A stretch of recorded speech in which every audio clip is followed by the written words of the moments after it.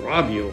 Their hands, their arms. I said, well, you don't have to do that, Tony. You know, I was in the gasoline business for a long time, 8 years as a matter of fact. Defrauded the government out of tax on every gallon of gasoline. Big operation. The Russians were involved with me. We were bringing into our operation several $1 million a week. Starts to kind of travel throughout all the 5 families in New York and really all over the country. Well, Fat Tony Salerno, boss of the Genovese family, guy I knew pretty well, met him several times. He sends for me one day, and I was a capo in the Colombo family, but when a boss from another family sends for you, you go. He had a club in Harlem, a social club. He was about 5'6", 5'7", short guy, a little bit, chubby, I would say. Smoked a cigar, always wore a fedora, right out of Central Casting. Talked like a real tough guy, but a really good guy. So I go see him in Harlem, and he looks at me that day. We're sitting in front of his club, and he says to me, "Hey, Mike, how you doing?" I said, "I'm doing good, Tony." He says, "I hear you're making a lot of money in this gas business. Is that true?" I said, "Tony, I'm doing pretty good. I can't complain." He says, "Really?" He said, "Yeah." He said, "I got a favor to ask you." I said, "Tony, anything you want that I can do, you got it." He said, "I got these 5 mamalukes around me. They can't earn 5 cents. He says, "You do me a favor, you give them a job for me?" I said, "Sure, Tony, no problem." He said, "Well, what will they do?" I said, "Well, I have a bunch of gas stations. Maybe I'll put them in charge of a gas station. They'll operate it and they'll run it for me. I'll tell them what to do, how to operate for me." I said, "But Tony, please, these guys sometimes." I said, "Don't let them rob me. You know how these guys are." He said, "Rob you?